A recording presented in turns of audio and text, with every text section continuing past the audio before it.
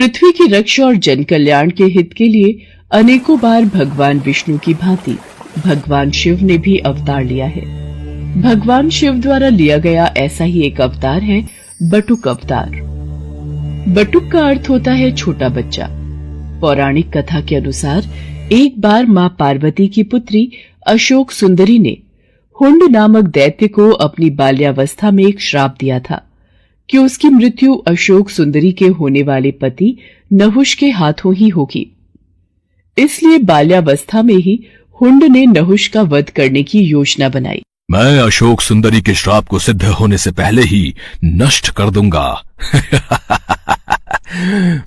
मैं बाल्यावस्था में ही नहुष और अशोक सुंदरी का वध कर दूंगा। मुझे ये बात माताश्री को बतानी होगी। माताश्री, माताश्री, आप कहाँ हो?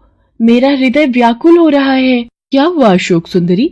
आप इतनी घबराई हुई क्यों हो पुत्री? माताश्री, हुंड राक्षस नहुष को मारने के लिए निकल चुका है। वो नहुष का वध करने वाला है। उसको रोक लीजिए माताश्री, नहीं तो अनर्थ हो जाएगा। हुंड राक्षस की इतनी हिम्मत कि वो नहुष की हत्या करने का साहस कर बैठा। आज हुंड दैत्य को मेरे हाथों से कोई नहीं बचा सकता। देवता, ऋषि, मुनि सब हुंड के प्रकोप से तंग आ चुके हैं। अब मुझे उसका संहार करना ही होगा। देखते ही देखते मां पार्वती मां काली के रूप में आ जाती हैं। उनका क्रोध बढ़ रहा था। वो हाथों में खड्ग लिए हुंड के वध के लिए निकल पड़ती हैं। किंतु यदि वो हुंड का वध कर देती तो वो प्रकृति के खिलाफ हो जाता, क्योंकि हुंड दैत्य का वध नहुष के हाथों ही लिखा था। इसलिए मां काली को रोकना जरूरी था। पर उनके क्रोध को कौन रोकेगा, यही समस्या थी। नारायण नारायण।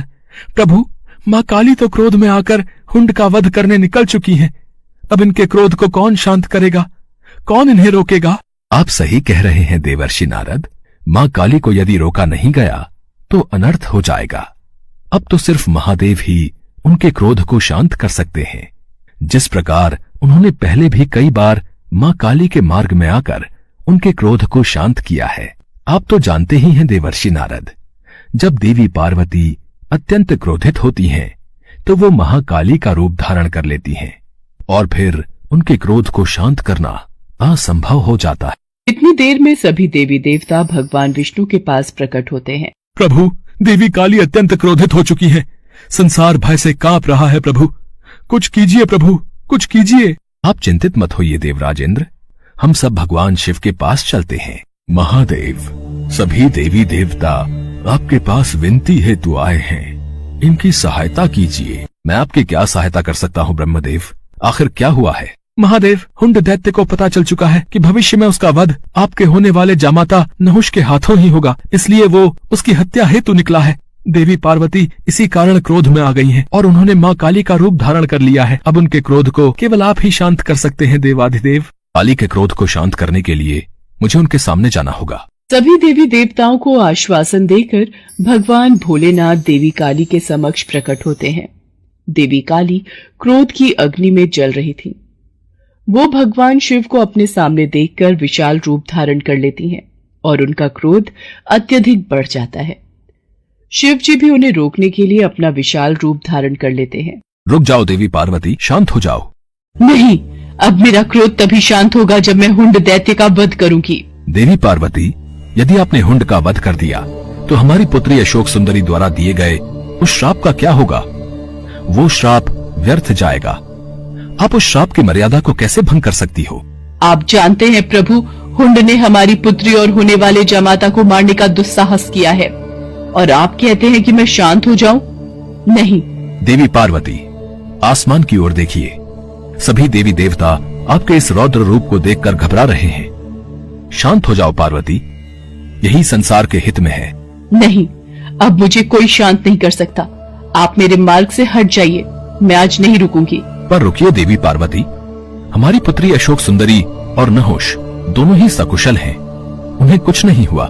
नारायण नारायण, अब क्या होगा प्रभु? माता तो क्रोध की अग्नि में आगे बढ़ चुकी है। अब महादेव माता को कैसे शांत करेंगे? उन्होंने तो महादेव की बात को मानने से भी इनकार कर दिया है। देवर्षि नारद, भगवान शिव के होते हुए हमें चिंता करने की कोई आवश्यकता नहीं है। वो देवी काली के क्रोध को शांत अवश्य करेंगे। आप निश्चिंत रहिए। माँ काली क्रोध में आगे बढ़ती जा रही थी। तभी उन्हें एक बालक के रोने की आवाज सुनाई दी। वास्तव में वो बालक कोई और नहीं बल्कि महादेव का ही अवतार था, जो हूबहू दिखने में महादेव की तरह ही था। अपने बाल रूप में महादेव रोए जा रहे थे। उनका रोना बंद नहीं हो रहा था। लगातार रोते बच्चे की आवाज को सुनकर माँ काली रुक जाती है। बच्चे का रोना माँ काली से देखा नहीं गया। वो उस बालक के पास जाती है। छोटे से बालक को रोता हुआ देख माँ काली से रहा नहीं जाता और वो उस बालक को गोद में उठा लेती है। ये बालक क्यों रो रहा है? ये बालक तो चुप ही नहीं हो रहा। लगता है मेरे इस रूप को देखकर ये डर रहा है। मुझे अपने वास्तविक रूप में आ जाना चाहिए। बालक की करुण आवाज को सुनकर माँ काली अपना क्रोध भूल जाती है और वो अपने वास्तविक रूप में आ जाती है और बच्चे को खिलाने लगती है। बालक भी चुप हो जाता है। तभी वहां पर देवर्षि नारद और भगवान विष्णु सभी देवताओं के साथ प्रकट होते हैं। देवी पार्वती, ध्यान से इस बालक की तरफ देखिए। आपके क्रोध को शांत करने के लिए ही महादेव ने इस बालक का रूप धरा है, और ये जो रो रहे थे वो उनकी पीड़ा थी। ये जानते थे कि आप इस समय अत्यंत दुखी हैं और आपने अपने क्रोध को और आपने अपने दुख को क्रोध में परिवर्तित कर लिया है, और क्रोध विनाशकारी होता है। ये तो आपको परिचित है देवी पार्वती। इसलिए आपके क्रोध को शांत करने के लिए ही महादेव ने इस बालक का रूप धरा था। आज ये सिद्ध हो गया कि अत्यंत क्रोध को अत्यंत प्रेम भाव से ही शांत किया जा सकता है। महादेव, आज से आपके इस बाल रूप को बटुक अवतार के रूप में जाना जाएगा। सभी देवी देवता भगवान शिव और माता पार्वती पर फूलों की वर्षा करने लगे। उस दिन से भगवान शिव के बटुक अवतार को भक्तगण पूजने लगे।